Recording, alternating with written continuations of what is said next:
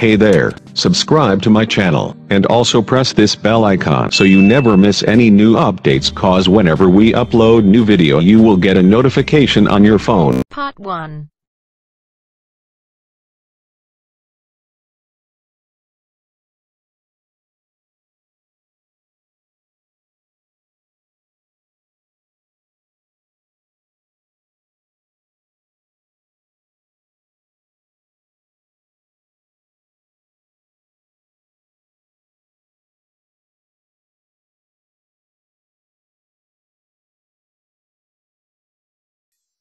You will hear a number of different recordings, and you will have to answer questions on what you hear. There will be time for you to read the instructions, and you have a chance to check your work. All the recordings will be played once only.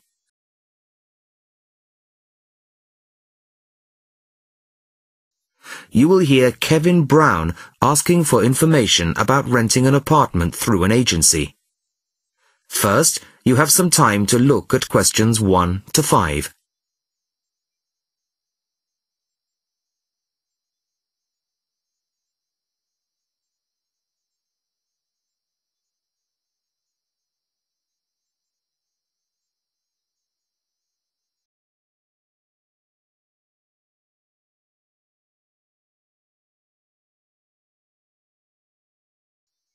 Now the test will begin. You should answer the questions as you listen, as you will not hear the recording a second time. Listen carefully to the first part of the conversation and answer questions 1 to 5. Good afternoon. How can I help you? Hello, my name's Kevin Brown. I saw your advertisement in today's local paper, apartments to let in all areas of the city. Yes, Mr. Brown. We currently have several properties available. What part of the city were you thinking of? Well, city centre ideally. Okay. And what price range are you interested in? I don't really know. What have you got? Well, prices start at £400 a month, going up to £1,000 a month. Okay. And what's the difference? What does the price depend on?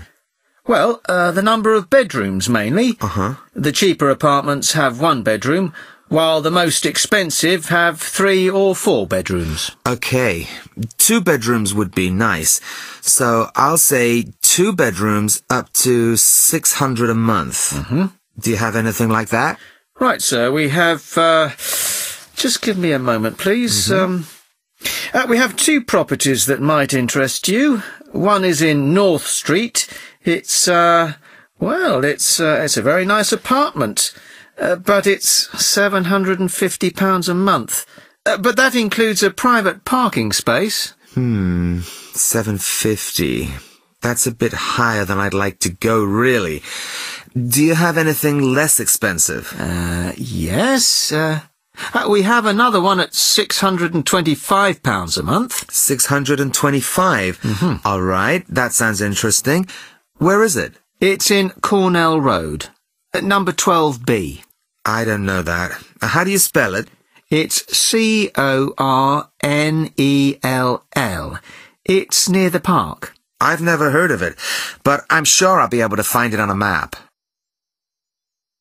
Before you hear the rest of the conversation, you have some time to look at questions 6 to 10.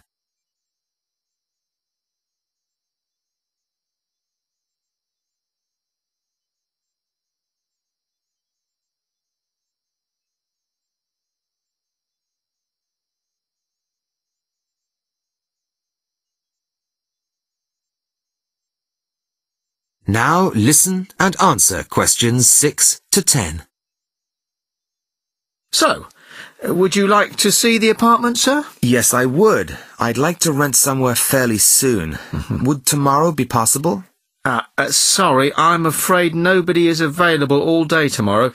It's quite a busy time of year for us. I see. But if you're free later today, you could see it at 5:15. Sure, no problem. I could manage that. Okay. So that'll be 5:15 with my colleague Jason. He'll meet you at the apartment. That's fine. And one more thing.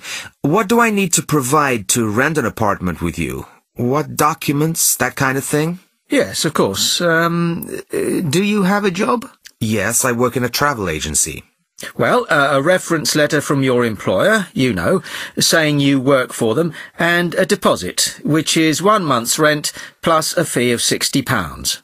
What's that for? It's an administration fee to cover the cost of preparing the contract. Okay. And one last thing. When would this apartment be available? It's empty now, so you could move in as soon as the contract was signed. That's great.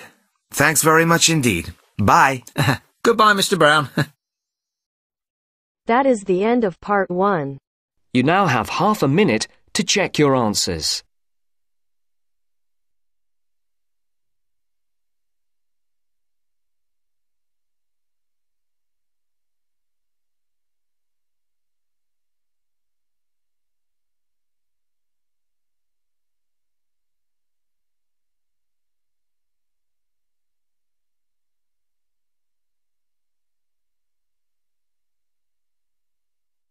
Now turns to part 2. Part 2.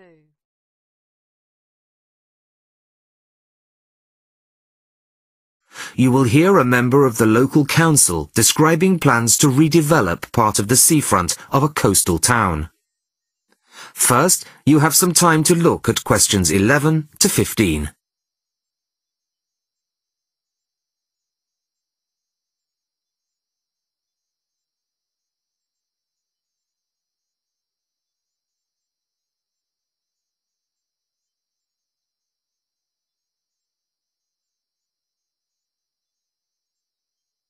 Listen carefully to the first part of the talk and answer questions 11 to 15. Good evening, everybody. I wasn't expecting to see so many people. Clearly, this is an issue of great local interest. Thank you all for coming. Well, as you all know, I've come to talk about the Council's plans for redeveloping the western part of the seafront. Firstly, of course, the Queen's Parade shopping centre is to be demolished. It was built on the cheap and in a hurry in 1953 and recently came third in a national newspaper's ugliest buildings in the country list, so I don't think anybody's going to miss it.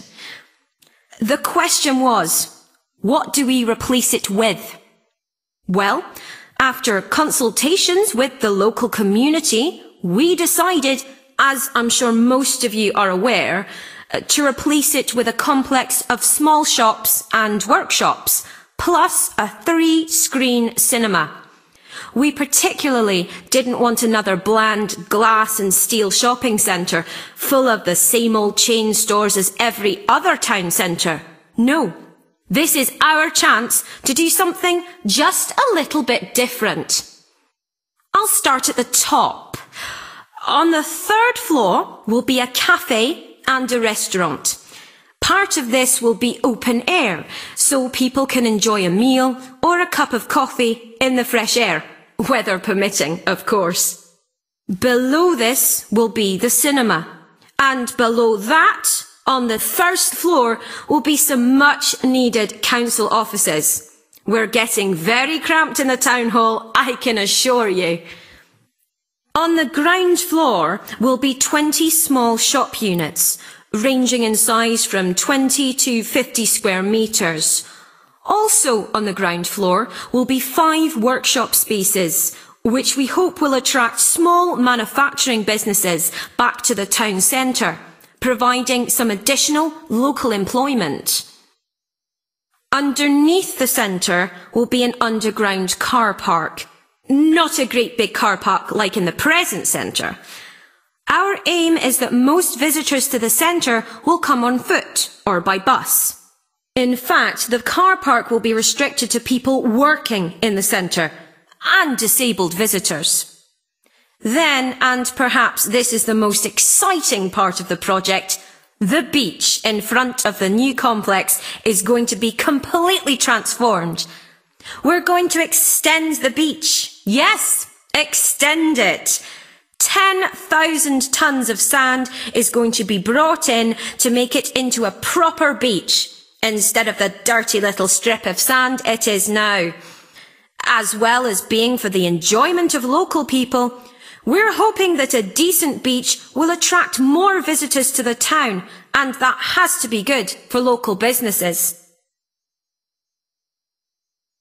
Before you hear the rest of the talk, you have some time to look at questions 16 to 20.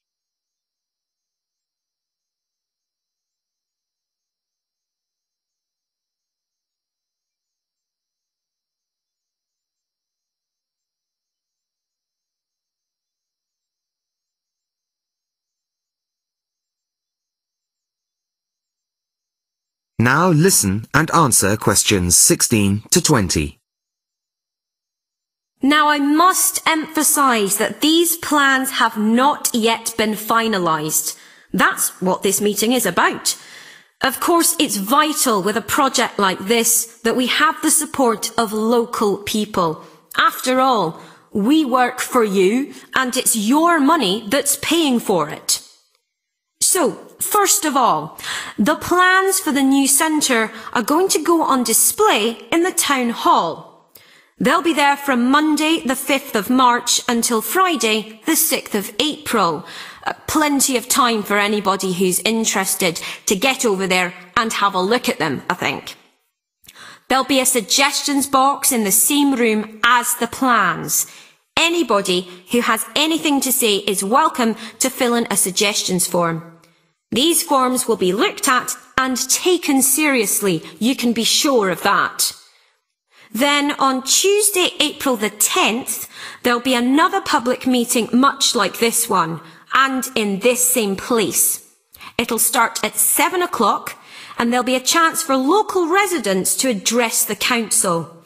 We'll also report back to you on the results gathered in the suggestions box.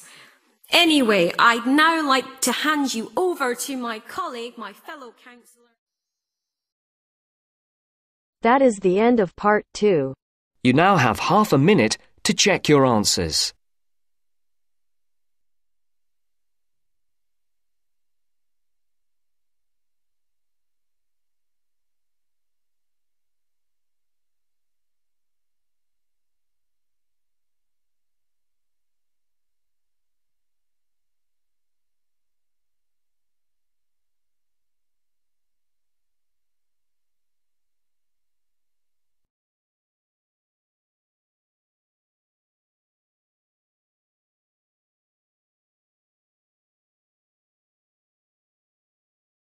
Now turns to part 3.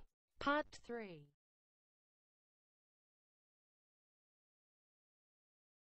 Maria is a student at university. She has handed the first draft of an essay to her tutor. The tutor has read it, and now they are discussing ways the essay can be improved. First, you have some time to look at questions 21 to 25.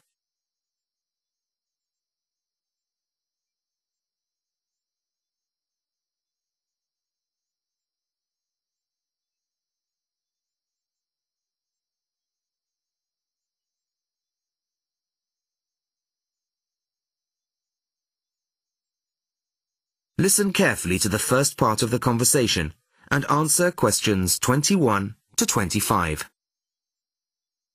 Well, Maria, I have to say I was quite impressed by your essay. It's a big improvement on the last one. Really? I'm glad. I put a lot more work into this one. I really spent ages on it.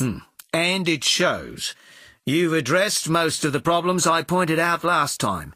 In particular, the style and language are much more appropriate for an academic essay. So that aspect is okay? Absolutely. If you carry on like this, you shouldn't have any significant problems in that department. That's a relief. I've been quite worried about that, although I've been reading a lot of other essays to try to get the right style. Well, I'd say you've been successful. There are just one or two minor things you could look at. Your punctuation's quite basic. It's really just full stops and commas. And parentheses. Brackets? Yes, brackets if you prefer. In academic writing, these are best used only occasionally, if at all. You use them rather too often. Okay, I see. And I'm sorry to mention it, but your spelling... I know. But I'm working on a foreign computer. The spell checker doesn't work for English. Are you sure? Have you tried changing the setting to English? No, I haven't. Well, I should see if that's possible. I haven't marked you down this time, but, well, some of my colleagues are a bit old-fashioned about spelling. I'd try to get that sorted out if I were you. Okay, I understand. I'll try to change the setting. Before you hear the rest of the conversation, you have some time to look at questions 26 to 30.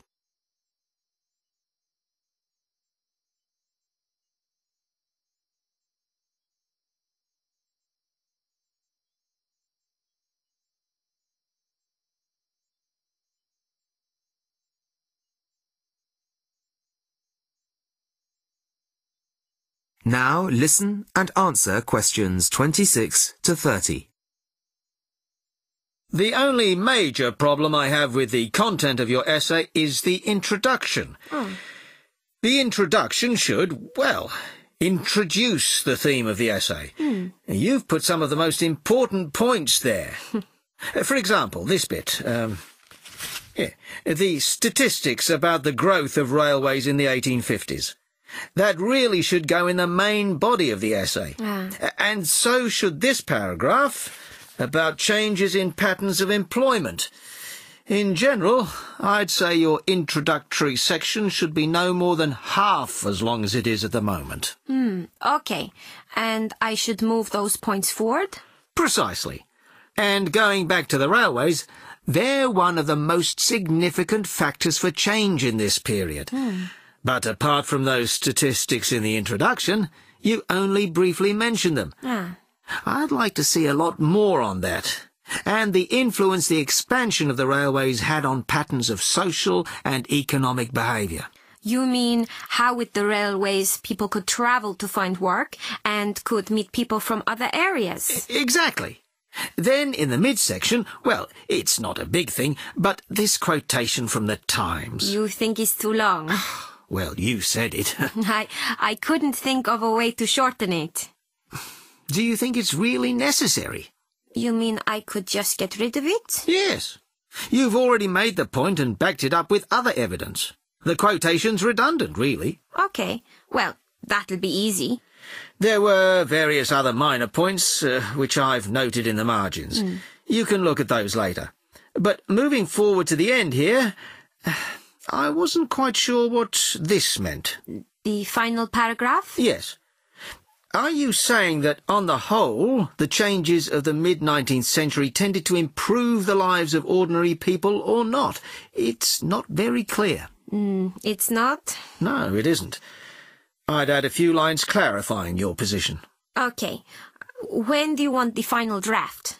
No, the end of term will be fine. But there was just one other thing, the bibliography. Did you really read all these books? No. Just the books you actually consulted will be fine. You don't need to include everything ever published on the subject. Right, okay. Thanks. Bye. Goodbye.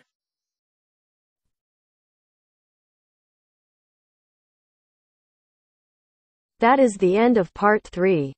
You now have half a minute to check your answers.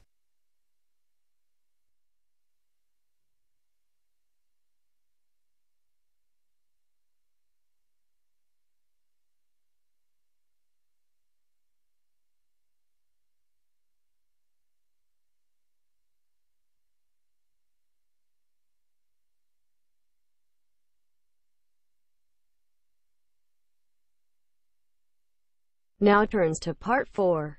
Part 4.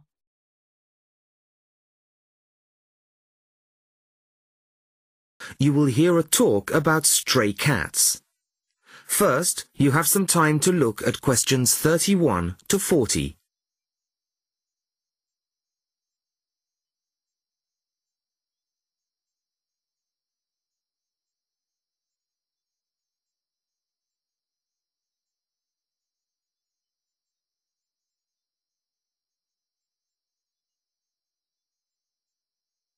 Listen carefully to the talk and answer questions 31 to 40.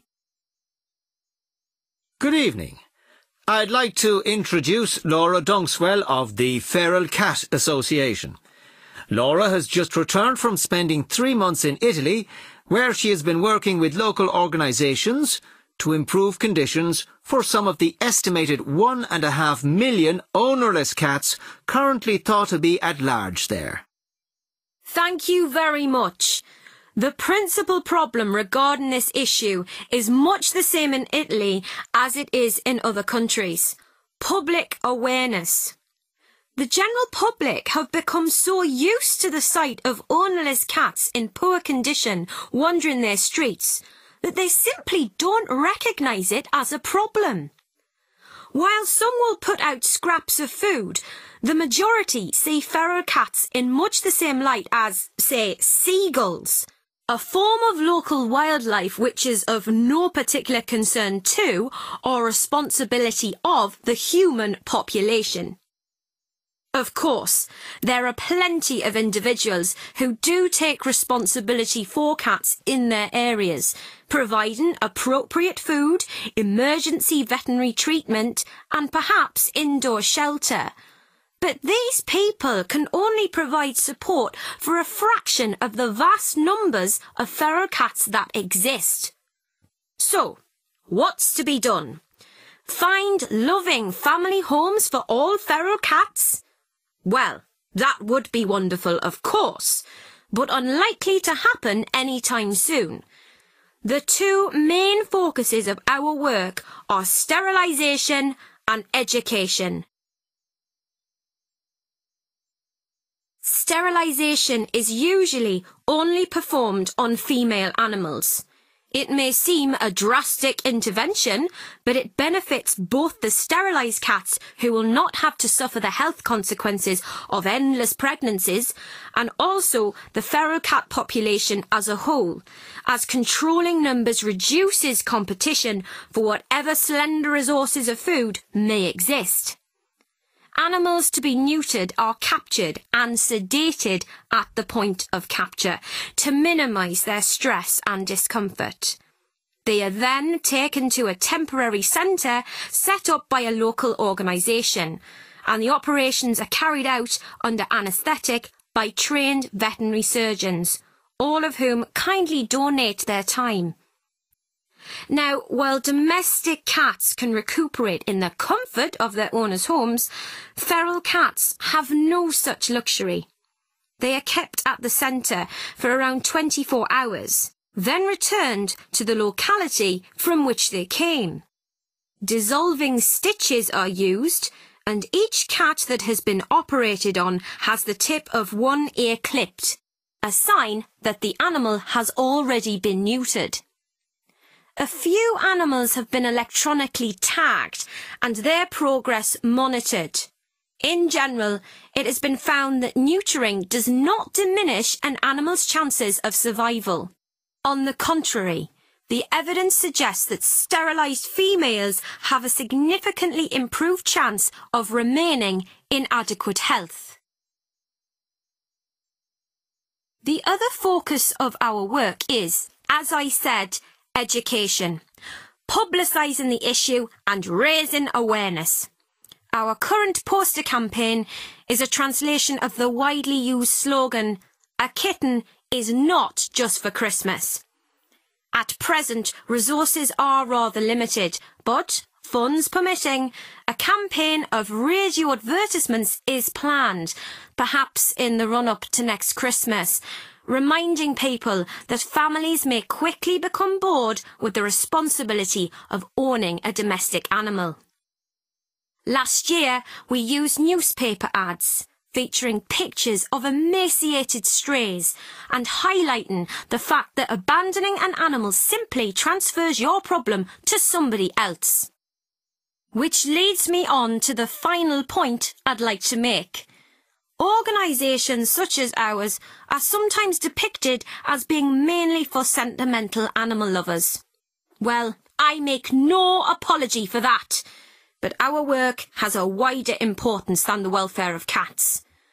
Ownerless cats, tend to quickly fall into ill health and can become a health hazard in various ways, including the spreading of disease and parasites. Children can be especially vulnerable to this, as they are more likely to handle an infected or infested animal. Thank you very much, Laura.